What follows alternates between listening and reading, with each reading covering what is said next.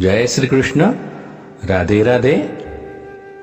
राधे सत्संग में सत्संग पान करते मेरे सभी आत्मीयजनों, श्री वल्लभ की प्रेरणा से प्रेरित होकर राधे सत्संग में श्री राधा कृष्ण और गोपियों की रास लीला, रास पंचाध्यायी से जानेंगे। लेकिन इससे पूर्व अगर आपने राधे सत्संग चैनल को सब्सक्राइब न किया हो तो सब्सक्राइब कर लेना, जिससे आपके हर नए सत्संग की जानकारी नोटिफिकेशन से मिलती रहे। और अगर आपको ये सत्संग प्रसंग पसंद आए तो वीडियो लाइक करके शेयर करना, जिससे आपके अन्य स्नेहीजन भी लाभान्वित हो सके। तो प्रियजनों, भगवान ने प्रकट होकर गोपियों को जो सांत्वना दी वो प्रसंग हम देखेंगे। भगवान की प्यारी प्यारी गोपियां विरह के आवेश में भांति भांति से गाने और प्रलाप करने लगी। अपने कृष्ण प्यारे के दर्शन की लालसा से वे अपने को रोक न सकी और करुणाजनक सुमधुर स्वर से फुट फुट कर रोने लगी। ठीक उसी समय उनके बीचों बीच भगवान श्री कृष्ण प्रकट हो गए।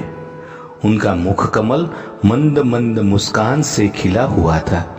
उनका वह रूप क्या था, सबके मन को मथ डालने वाला, कामदेव के मन को भी मथने वाला था। कोटि कोटि कामों से भी सुंदर, परम मनोहर, प्राण वल्लभ श्याम सुंदर को आया देखकर गोपियों के नेत्र प्रेम और आनंद से खिल उठे। वे सब के सब एक ही साथ इस प्रकार उठ के खड़ी हुई कि मानो प्राणहीन शरीर में दिव्य प्राणों का संचार हो गया हो।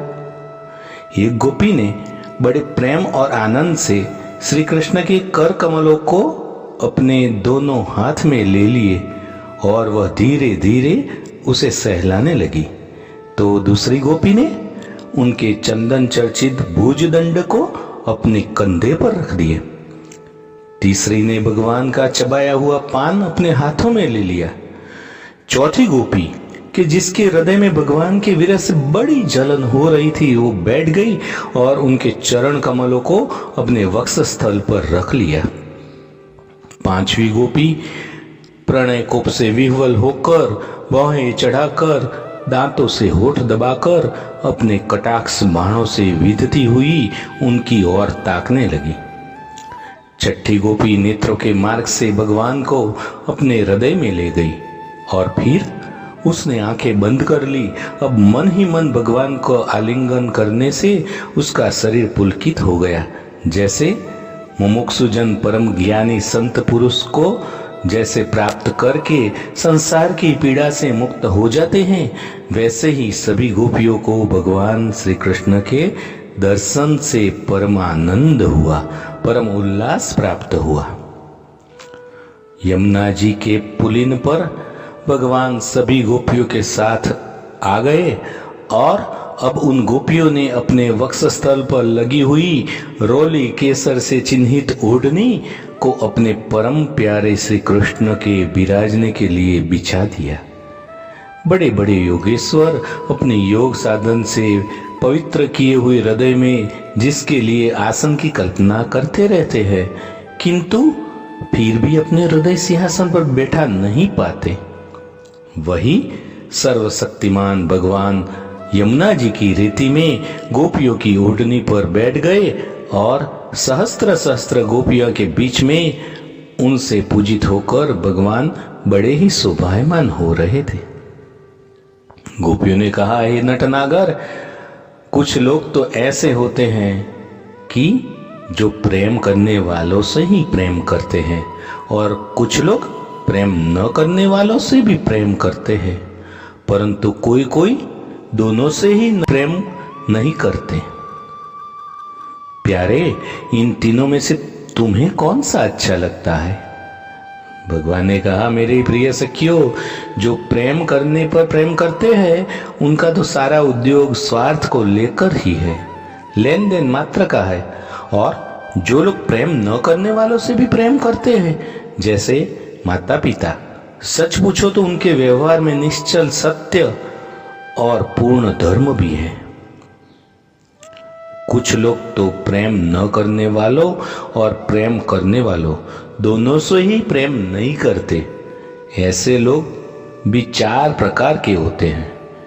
एक तो वे कि जो अपने स्वरूप में ही मस्त होते हैं, जिनमें द्वैत नहीं होता, और दूसरे जिनमें द्वैत भासता है परंतु जो कृत्य हो चुके हैं। तीसरे वे है कि जो जानते ही नहीं है कि हमसे कौन प्रेम करता है। तो चौथे वे लोग हैं जो जानबूझकर अपने गुरुतुल्य लोगों से भी द्रोह करते हैं। गोपियां, मैं तो प्रेम करने वालों से भी वैसा व्यवहार नहीं करता जैसा करना चाहिए। मैं ऐसा केवल इसलिए करता हूं कि उनकी चित्तवृत्ति और भी मुझ में लगे।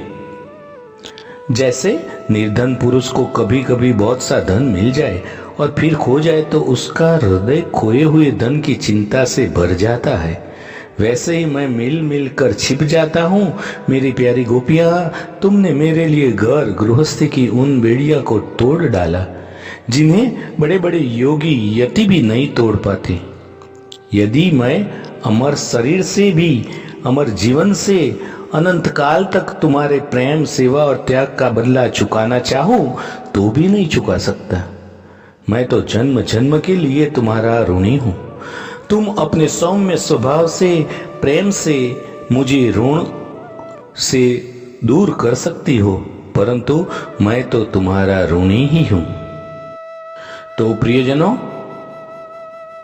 रास पंचाध्यायी के रास लीला के इस प्रसंग के हृदय स्पर्शी प्रसंग के साथ आज के राधे सत्संग को श्री वल्लभ के चरणों में समर्पित करके अत्रे विराम देते हैं। फिर मिलेंगे राधे सत्संग में नए सत्संग के साथ। लेकिन इससे पूर्व अगर आपने राधे सत्संग चैनल को सब्सक्राइब न किया हो तो सब्सक्राइब कर लेना, जिससे आपको हर सत्संग की जानकारी नोटिफिकेशन से मिलती रहे। और अगर आपको ये वीडियो पसंद आया हो तो वीडियो को लाइक करके शेयर करना, जिससे आपके अन्य स्नेहीजनों भी लाभान्वित हो सके। जय श्री कृष्ण। राधे राधे।